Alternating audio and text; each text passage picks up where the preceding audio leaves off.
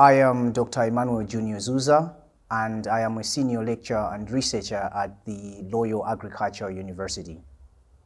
I started out as an environmental consultant back in Malawi, and then I was more focused at working with smallholder farmers and how we can improve their lives, especially Sustainable Development Goal number 1 and number 2.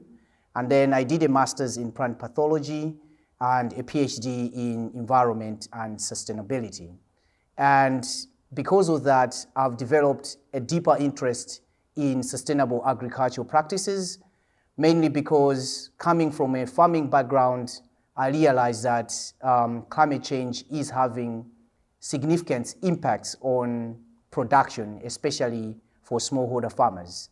So the AFN Network has really been of much help in my career perspectives, but also in what I'm currently researching on.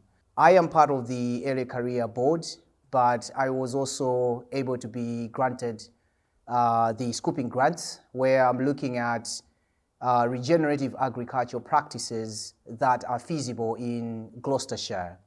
And this is one of the benefits that I have seen with the AFN Network, but also the AFN Network has been able to provide, as the word suggests, networks. So I have been able to meet interesting individuals ranging from farmers, supply chain actors, even the local communities where some of these regenerative agriculture practices we intend to be implementing, but also researching. With the AFN Network, that helped me to increase my understanding of EDI initiatives and basically how you can differentiate between equity and equality, as I've previously said. And that has even given me the zeal as well to start to think about how I frame my research, but also how I teach my students in these issues, but also in other issues where we all need to incorporate the EDI practices.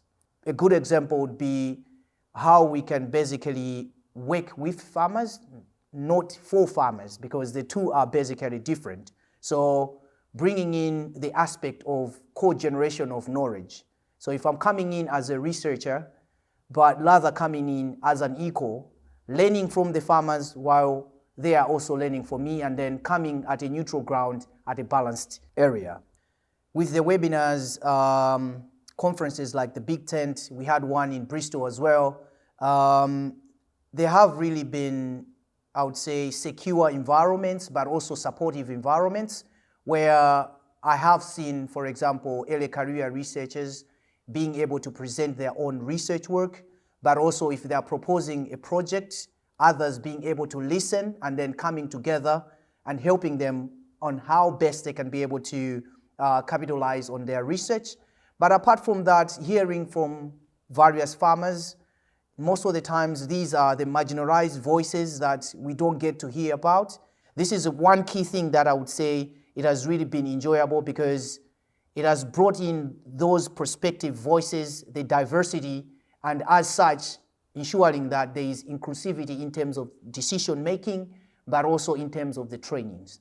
Inviting some of the farmers to some of these conferences, which AFN Network has already and does. And again, I would encourage, for example, farm walks, where researchers, policymakers are able to visit farmers where they work, and then bringing in the various technologies and hearing from the farmers themselves on what they are experiencing and what they would want to see in the future in terms of policy and research.